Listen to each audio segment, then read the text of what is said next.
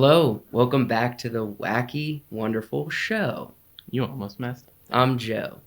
I'm Wyatt. I know you almost said Wacky Wonderful Wiseworks podcast. So what? I know. I was just pointing it out. Pointing it out for them. Pointing it out. Yeah, I almost did. Well, we're glad you're here, everybody. I should turn down the volume on this guy. We're very glad you're here. We have a new kind of setup for this show that you haven't seen in the past, but if you're here for the first time, it's fresh anyway, so we hope you enjoy it. We're opening a new campaign series. Yeah. What we got, Wyatt? A short one. I mean, not that short, considering. Yeah. The last one was 4 episodes. This one will be 3. And we're going to be kind of honing in on a little bit of Dune. Yeah.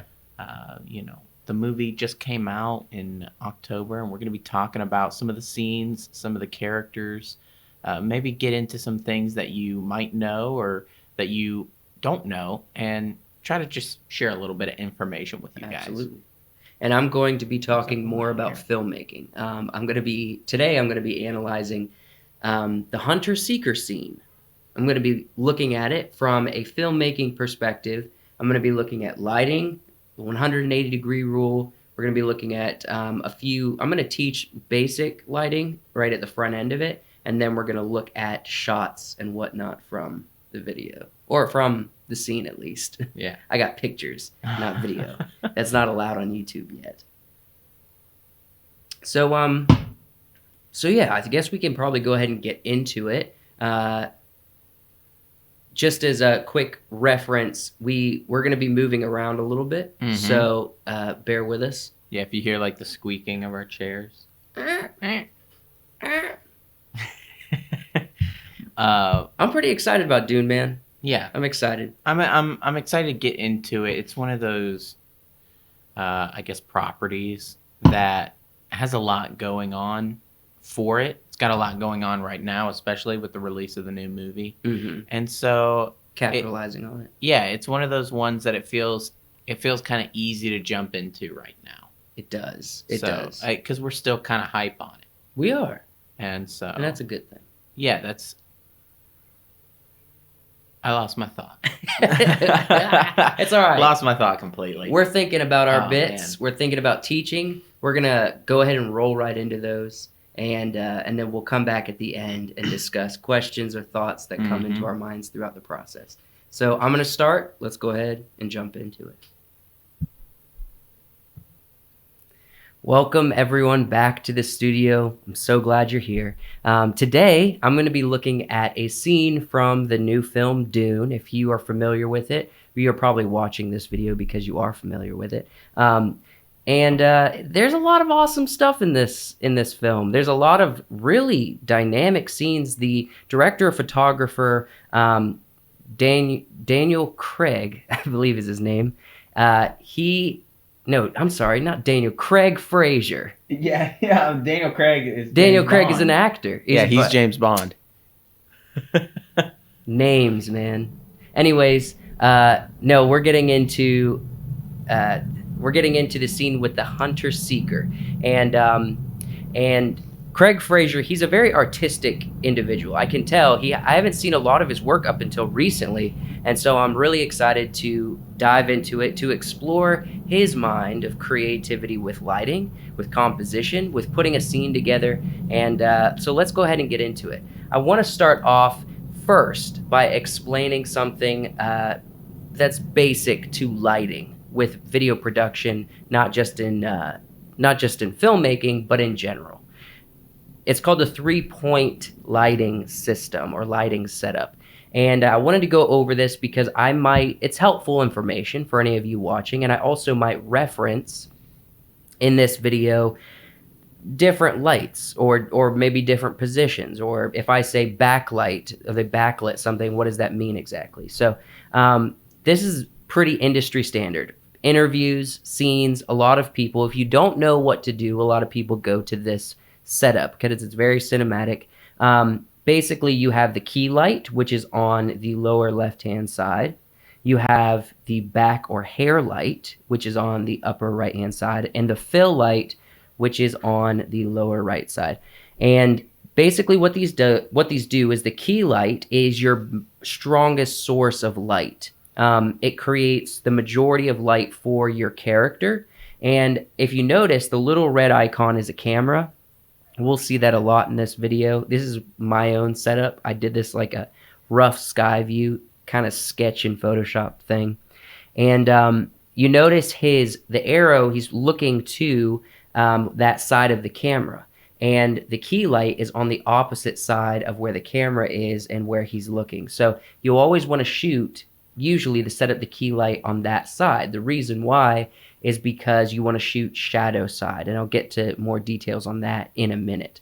The fill light is essentially when you shoot the key light across on your face, you're going to get a harsh shadow a lot of times on this side of the face. And so a fill light is to just kind of bring up this side a notch, not to create an even lighting, but to actually just bump up so it's not as harsh of shadows on the shadow side of the face. And the backlight is merely a light that shines off to the side, hits the shoulders, the top of the head, the hair, so that it creates definition from the background, your subject to the background. So now that we kind of have that in place, let me go over 8 lighting tips that I believe will be really helpful to you as you think about lighting in cinema and as you think about lighting even maybe for your own projects. I know when I discovered these 8 tips, I kind of blew my mind. It really helped me think creatively when it comes to lighting for a scene, lighting for an interview, really anything. So let me just run through these real quick. The first thing you should consider when lighting something is the time of day. So if you're outside or you have a big window, you should think about what time of day. If you've ever heard of the golden hour time, then that's pretty much close to sunset, close to sunrise. Those are 2 golden hour times. And that just means the sun is closest to the earth. That's light shooting straight across instead of straight down like at noontime. Straight across golden hour is going to give you the best dynamic options when it comes to lighting. You can either put the lighting facing towards them, to the side, or you could put the sun behind them and get this cool silhouette look and use the sun as a backlight. So that's the first thing you should think of when it comes to choosing what time of day when you're lighting a scene. The next is use motivated lighting. So as I said, if you have a window, which we will see in the scene today, if you have a window in your scene, then you should light your room as if the light coming through that window is actually motivated by that light. So if you have a key light and the window's behind them, but you have a big strong key light hitting them in the face, and there's no reason for that light to be hitting them in the face, well, that's unmotivated lighting. It means there's just a random light lighting your subject, and it pulls people out of the film because they don't know, why is this person lit up in an odd way. It takes them out of the story. The next thing is lighting direction, and that basically means, like, are you going to put the light high to get kind of like this ominous skeleton look on a person, or are you going to lower it to make it more even, straight on, or are you going to shoot it up to make them look like a kind of authority, I don't know, telling a ghost story kind of look, you know? So think about the direction of your light. And sometimes people like to put the key light, you know, close to behind them so that it feels like a lot of light's hitting them on the side of the head as opposed to on the face. The next thing is background light. You want to make sure your background is dynamic. I know I recently just came off a Harry Potter campaign of videos for this show, and I talked some about that. I know they use a lot, and I mean a lot, of flames as light for their background. Now, it's not that they're not using lights to light their background. It's just they're using flames as the motivation for where their light's coming from. So think about creative ways on lighting your background. Don't just always focus on what is the subject and what are they going to look like. Think about what your background's going to look like.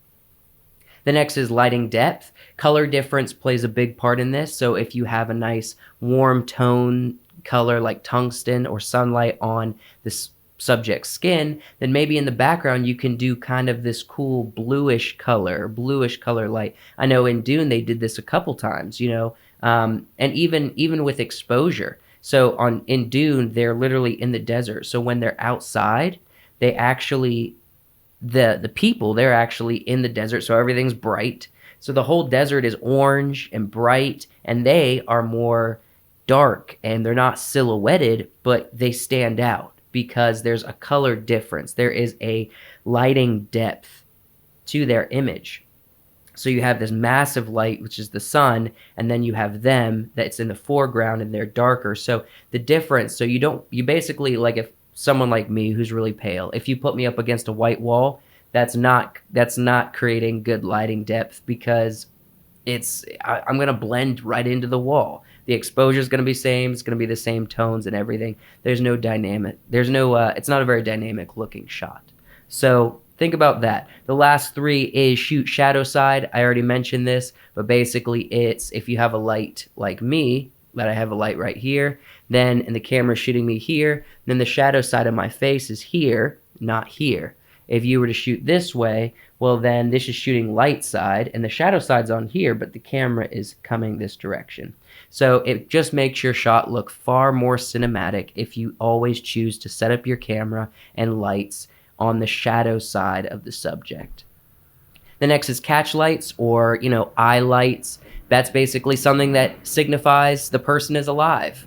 If you take those away, or you light something without catch lights, the audience kind of has been trained throughout years of watching films that that person kind of looks dead, So think about the little glimmer of light that you get in your eyes, and you get that by either shining a spotted light at them, or even one of these, a softbox light. If you have a light that's close to their eye line, then you're going to get catch lights pretty naturally. But watch out, because you can accidentally not get any if you're shooting outside. And then the last thing is texture, and I want to kind of go into analyzing the scene now with the idea of texture in mind, because texture, they did something in the scene with like this light bush tree that I've never seen done in a film before to this way. And so this light is literally creating texture. A lot of people use smoke in their lighting to amplify like a nice sunbeam coming through a window, but this did it differently. I haven't ever seen anything like this. So let's go ahead and jump into it. I'll show you as we go through. But yeah, let's go ahead and dive into analyzing shots from the scene Hunter Seeker from Dune 2021. So the first thing that happens really in the build of intensity is that the Hunter Seeker has a burn-through hole that he enters the room with Paul Atreides in. And it's this really ominous movement of this little bug creature, and it's very fascinating. It builds intensity very quickly, because especially for me who hadn't ever seen or read any of the books or the old movies, I didn't know what a Hunter Seeker was. So all of a sudden, this freaking pointy-nosed animatronic creature comes out of the wall, and it's very I guess it feels dangerous. And so it was a cool build right off the bat, as pretty much as soon as the Atreides family gets on Arrakis. Notice the lighting in this shot. This is pretty much backlit. They might have used a fill light, so this it's not too silhouetted, but since this is animated, the Hunter Seeker itself, on the wall that they shot this with, it's backlit. So the light is actually coming from behind. They're not just shooting something straight at the wall, because you can see those little shadows and those scales on the wall. So they chose to backlight it and shoot shadow side, which basically, like I said, is much more cinematic. This is what I talked about texture. This is literally using texture in light. And notice the sunlight that is hitting him on the face and the light coming off of this tree is a different color tone than what's hitting the wall in the background. The background has an orangish color from like the sunlight, and then the light on him is this very white, angelic color. And so that's color difference. That's adding depth to your image using color difference. And so yeah, I mean, the texture of the tree is literal texture. It's not just like smoke, or it's not just, the wall in the background can kind of be considered texture in some way because it has a nice rough look to it. But the light that he steps into is literal texture. And then the other example, before we start analyzing scene by scene or frame by frame, shot by shot, is the catch lights. A good close-up shot. He's hiding in that light, and you see two beautiful catch lights in his eyes. You see those? That's what I'm talking about when I'm saying catch lights. So let's go ahead and open up. So we have the hunter-seeker enters the room, and Paul Atreides knows it's there, and he spots it, and he freezes, and he moves his eyes slowly as he follows the hunter work its way across the room, and we have a beautiful rack focus to show the hunter-seeker crossing his path. This is pretty interesting because they're establishing where they are in the room, and they're also in this shot setting up the 180-degree rule, their confrontation with each other in this shot that racks focus. So I did a little sky view shot. Again, these are rough sketches on Photoshop. But at the top, we have a nice window that we know is up there, and it's shining light into the room. We have the blue squiggly is for the tree, and then we have the red is for the camera shot. So the first shot, it's that close-up of showing the hunter-seeker exit through the wall, or enter through the wall, and then it reverses, and the hunter-seeker crosses paths and creates the eye line and where they are in the room so they can set up the 180-degree line between them both. The little brown icon is the door that comes in later towards the end of the scene. The next shot we have is we get a closer up shot of Paul slowly scooching his way into the tree to kind of disguise any movement from the hunter-seeker to, I guess, and essentially keep a low profile because he knows how deadly these things are. And the hunter-seeker kind of moves, and he continues to move straight through. And I really like this because it was like you could kind of see the hunter-seeker in that middle shot there in the darkness, but then he comes into the light and you see the shape of it, and it's so eerie. It's so strange how they made such a little thing so creepy. But it was done beautifully, and it's just slowly moving with the most steadiness of progress, you know? And then we got a nice close-up shot of Paul, and this is where they're establishing the line. So obviously, if the hunter-seeker and Paul are making a line with each other, then the camera is going to choose to stay on one side of that line so that they don't ever switch sides.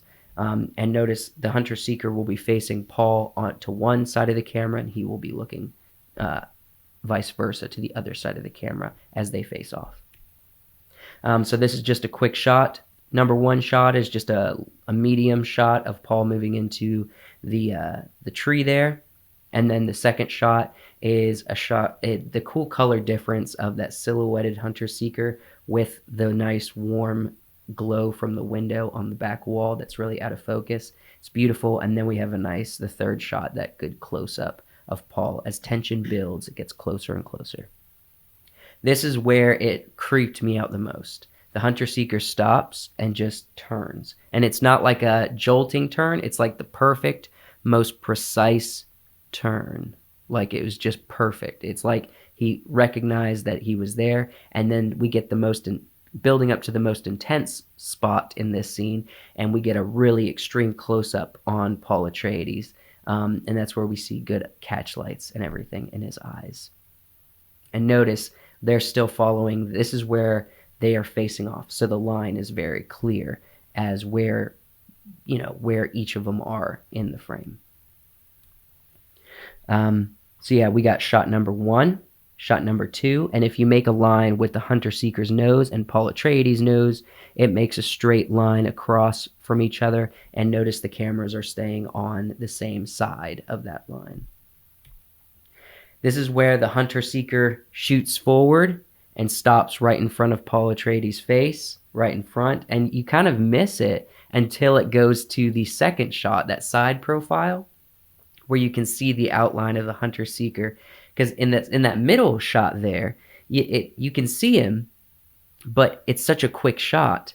And then you're kind of wondering, what's happening? Is he about to hit his eye? And then you notice it froze right in front of him.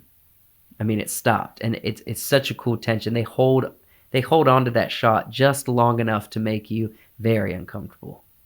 If you have a fear of spiders, I feel like this might tap into a similar arachnophobia. It did for me a little bit. So yeah, sky view shot. Shot number 1 moves forward. Shot number 2, we get almost straight on as the hunter seeker enters his eye line, and then we get a nice third shot, a side profile of them nose to eyeball. And then this is where they're interrupted by the door opening. The hunter seeker's distracted. It catches movement and it turns and rushes towards the door, which I believe is a maid that is coming into the room. And that's when Paul springs into action. He knows whoever's coming in the door is about to be killed. And this is pretty cool. This is actually an interesting moment because it breaks their face-off. Their 180-degree rule they had is now interrupted and is created a new one with the person at the door, and the hunter-seeker. Now it's starting a new line. So I gave you a line here to illustrate all of a sudden it's broken, and the hunter-seeker forces a new line to take place. And so you can kind of see 1 is the door shot of it opening, and 2 is that side profile of the hunter-seeker breaking the face off and rushing, and Paul kind of trails behind it to, if you've seen the movie, to save whoever's coming in the door. This is a nice shot. I just wanted to include it. The 2 first screen grabs, they are the same shot, just progressing. This is where he catches it in his hand, and it surprises the lady that's coming in. And this is kind of where everything got kind of tight when illustrating this. So some of my cameras overlap, but you have this first shot is both the hunter seeker and Paul rushing towards the doorway while they're still staying on the same side of the line that they already established between the hunter seeker and the woman at the door. And then it flips to show her reaction, like completely surprised, not knowing what's going on. And then we have Paul looking at her worried, and then she's like, "What? Why? It felt like you just attacked me or something, or you were going to." And then he opens his hand, and it's a hunter-seeker that he had squashed in his hand. And that's a really cool thing because now that the hunter-seeker's dead, Paul takes the place of the hunter-seeker's eye line with the woman. And now it's Paul and her. And we just have a nice 2 shots, but 3 really, because the first shot is hit close-up of Paul, it cuts to the woman, and then it cuts back to roughly the same style shot on number 3, but it's just a close-up of the hand instead of the face.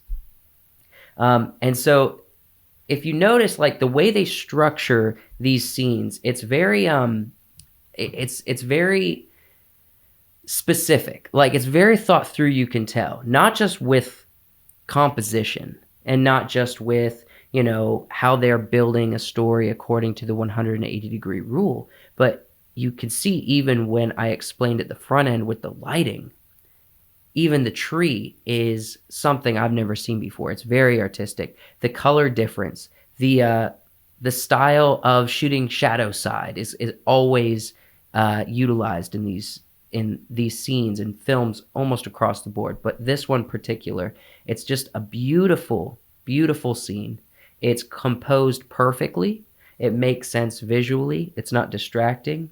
And it's presented in such a fantastic way with that light that just is in the center of the whole scene. And it's kind of cool how they set up the hunter-seeker and Paul are the main focus of the scene, but you do kind of get distracted by the art of that little light tree.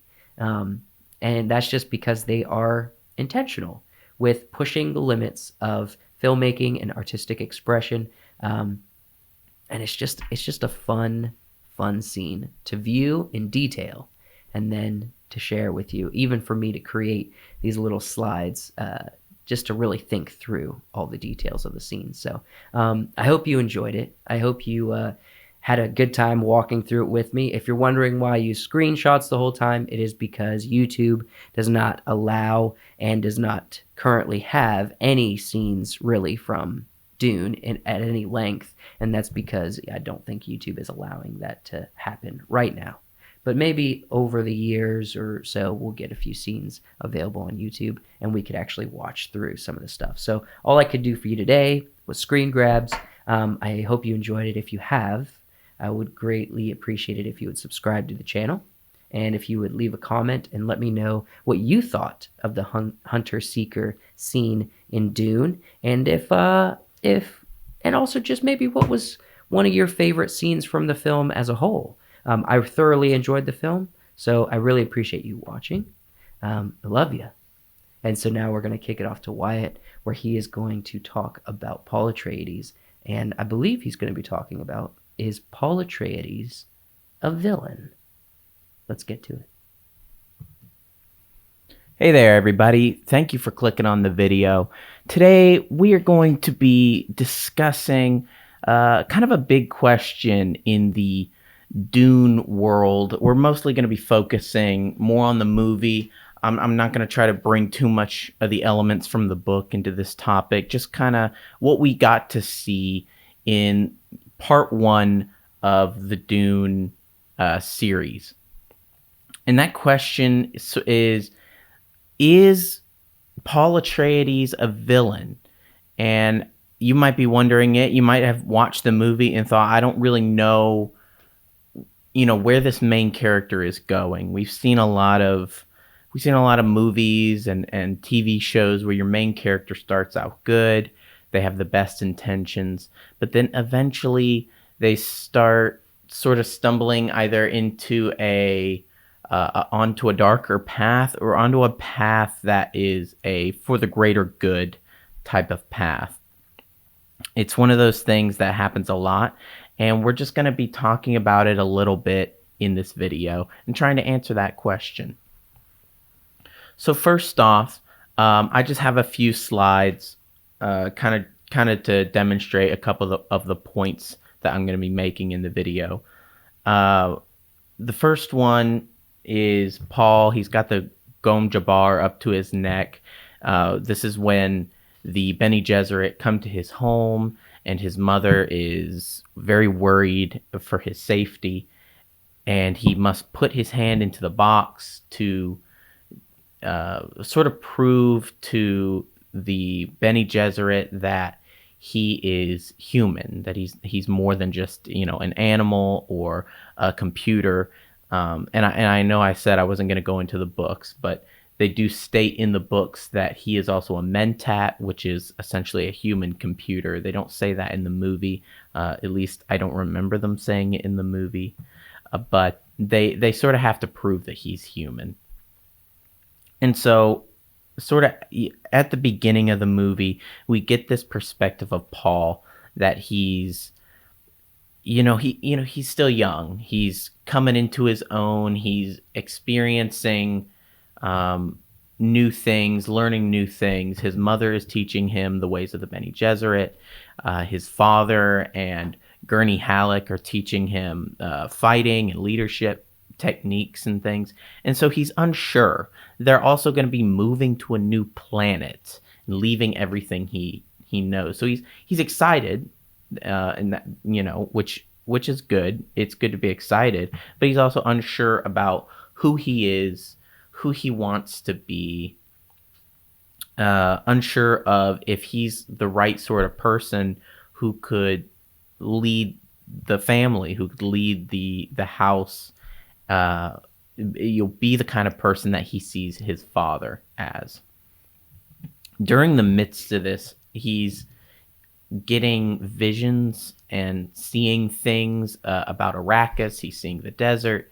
He's seeing a girl, a woman in the desert, and he doesn't really know what to make of these sensations and these dreams, just that they're happening and they've been happening for a while. And so he transitions from the planet he's on, which I believe is Caladan, to Arrakis. and has to make that change. And his character at this point is no idea what the future is going to hold.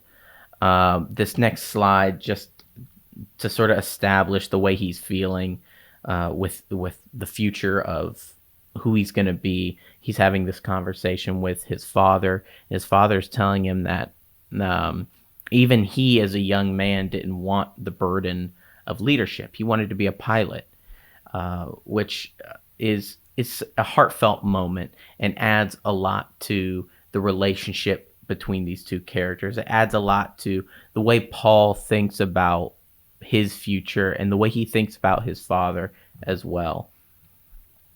And, also he's sort of at the point in his life where he has the training, he's learned a lot, but he has never really used it. He hasn't found a practical application for what he's going to be doing with the knowledge and skills that he has. So a lot happens. I'm sort of gonna time skip a bunch. They get to Arrakis. He has an encounter with a hunter seeker, as Joe talked about in the previous video, and they are attacked by the Harkonnen, and his father dies, and just everything goes to hell, essentially. He is thrown into the desert, just him and his mother, and they don't know what they're going to do.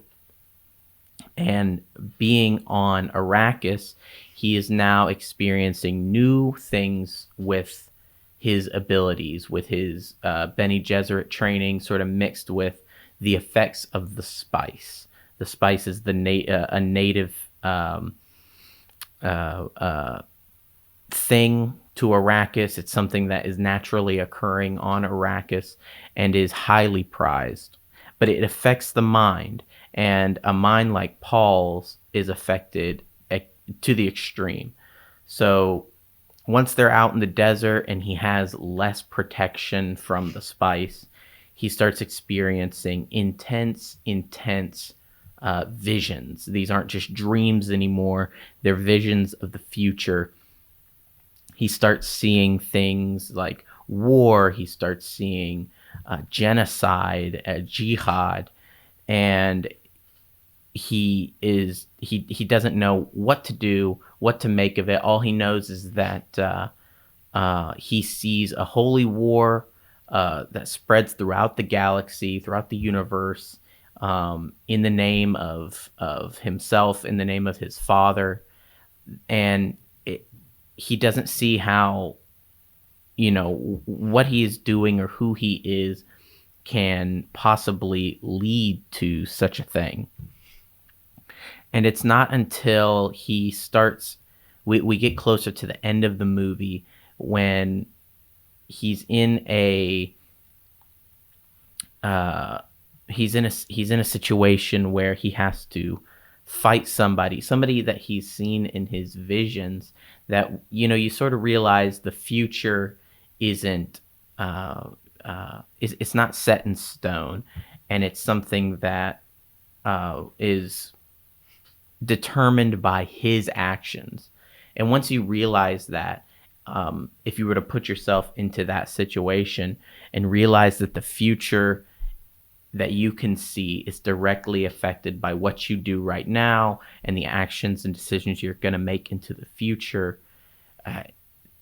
it's just an unparalleled amount of stress, such a burden. But ultimately, he makes a decision when he has to fight. He's seen visions of dying. He's seen visions of, being handed a knife and having to use it. He's heard the voice saying that when, he's going to have to die to sort of become who he is. And, it's a very intense feeling towards the end of the movie, where you get sort of this energy of impending doom, but also the necessity to win this knife fight and how that's going to affect what he does in the future. And ultimately, he makes the decision to take another person's life. And all of that was in the previous visions, which I'm going to hopefully talk about in another video. But he makes this decision, and it impacts the kind of person he's going to be. Paul Atreides essentially dies in the end of this movie. He has to. The person that we've seen up until this moment, the caring son, the friend, the noble, has to sort of fade away so that he can become something else. And he almost has to become what he saw in his visions. He has to become somebody who's willing to take life in order to save life. Now, whether he's going to use these new abilities and this new confidence to bring about the Holy War or to try to stop the Holy War is sort of up to him, but we know that it's going to lead him down a very dark road, and he's going to be making very similar decisions in the future. These decisions aren't like, what am I going to get from the grocery store, or am I going to fill up my car today or tomorrow? These are decisions of, am I going to be taking hundreds of lives today or not?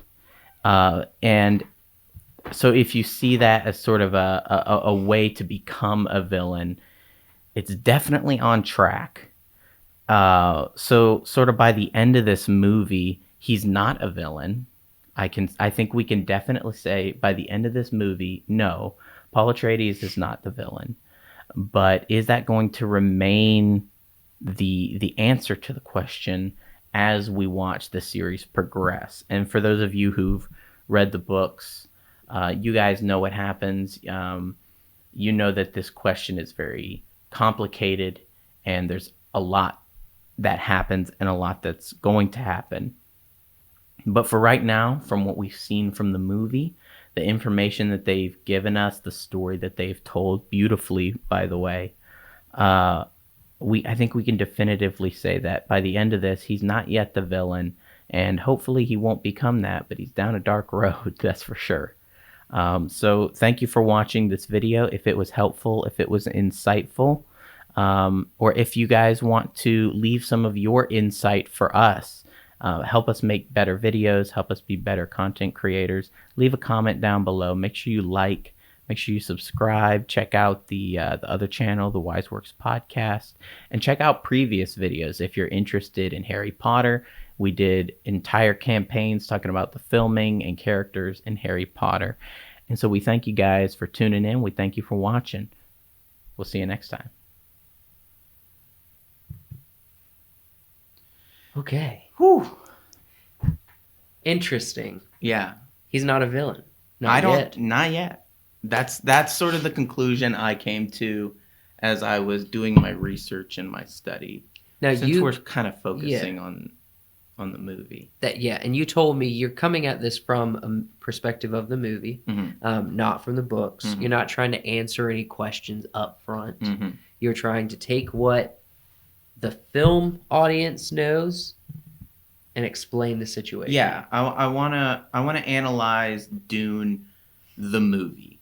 So in the upcoming campaign videos, the next ones for Dune, I'm gonna be looking at characters or story from the movie perspective for new fans especially of the movie who are maybe kind of trying to get into this world. Yeah. Maybe trying to jump in and don't necessarily want to jump in directly to the books, to the lore yet, and you just want to kind of test the waters. Yeah, you dip your toes. You want to understand these characters that you've seen. Yeah. From this beautiful art piece movie. Yeah, and it is beautiful. I know I'm blown away. I was looking at doing research for looking at the filming. Mm-hmm. I was looking at this might hurt some people's feelings, mm-hmm. but I was looking at the pictures from the old films, and I was like, I don't like the face of the Paul Atreides from the old stuff. I don't like it. Yeah. I think Timothy works much better. But I'm a noob. You didn't like him in Showgirls? I don't think I saw Showgirls. It's a dumb joke that I'm making. He is in Showgirls, but yeah. Well, I mean, agree. I'm a newbie. I'm paying close attention to what you're saying of this series that we're doing because I don't truly know anything past this film. I don't know. I really have no idea. And I'm curious, how are you going to keep it a secret from me for the next number of years? Well, my hope is that before the next movie comes out, you will have read the book in its entirety. Yeah. Well, if I do anything, it'll be listen to the book. Or listen to the book. Yeah, okay. Like I did. I got to get into books first. Yeah. Now, I do love stories. I do have a handful of books I've read and have loved. I am just not usually a go-to person. Yeah. As you can see from my videos, I think visually. Yeah. I need it. And so books has an aspect. Now, I'm not lacking of imagination. Mm-hmm. I can visualize a scene in my head when I'm reading a book. It's no problem for me. But I just love being presented like you're walking through a museum and you're just enjoying all this beautiful art and beautiful craft of creatives. Yeah. And sometimes books are doing that, but in word form, and that doesn't speak to me as heavily as pictures or motion pictures do. I got you. But it's a story, and I'm down with it. Well, I mean, as somebody who has read the book, the experience of seeing such a close representation on screen. You said it was pretty much like a scene by scene. Yeah, give or take a couple of scenes from the book, but visually it was, kind of what you create in your head. Mm-hmm. It felt like that. It felt like something that was visceral. Yeah. And the way it tied together so well with the book. Yeah. Really worked. Good. It really was amazing. I'm glad that you enjoy the film because it gives me hope for someone who doesn't know the story that it's being done well. I can't really argue with anything. It seems like across the board, pretty much fans of Dune loved it. Mm-hmm. And so it's exciting for us to be able to talk about it. Yeah. I'm a little disappointed I can't actually pull up scenes yet because of YouTube, but it'll be all right. Well, we'll get there. It won't be too long. Do you think what I did worked? Yeah. All right. I really enjoyed it. Getting all those screen grabs, someone had created somewhere online that I found just a portrait cut, and they put their own music behind it and everything. Mm-hmm. So all I could do was just take screen grabs in portrait form to try to lay out how the scene takes place. Well, I mean, it worked. It worked. You explained it very well. Thank you. And I enjoyed it. I hope you guys enjoyed it. I thought it was a good segment. Absolutely. Well, we're going to be doing this 2 more weeks. Mm-hmm. We got a little bit of a shorter campaign, but we're doing 2 more weeks of Dune. Stay tuned. These videos, if you don't already know, it comes out either Wednesday night or Thursday morning before noon. That's pretty much, we don't have a hard line on it yet because we're only 5 episodes in. Yeah. So, oh my gosh. It takes time. It feels like way more than 5 episodes. 5. You say 5 episodes. We're 5 episodes in. This is number 5. Whew. We're wrapping up number 5. So go check out the Harry Potter ones we did. 1 through 4 is all Harry Potter. If you're a fan, there's a lot of goodness in there for you. So go check them out. Wacky Wonderful Show. We're going to be here for it. And the thing is, if you watch those, you already see we're advancing things. Yeah, and this is a show. This is not a podcast. So the purpose of this is always going to be, let's try new stuff. Yeah. Let's make it a more entertaining show. Let's add to it.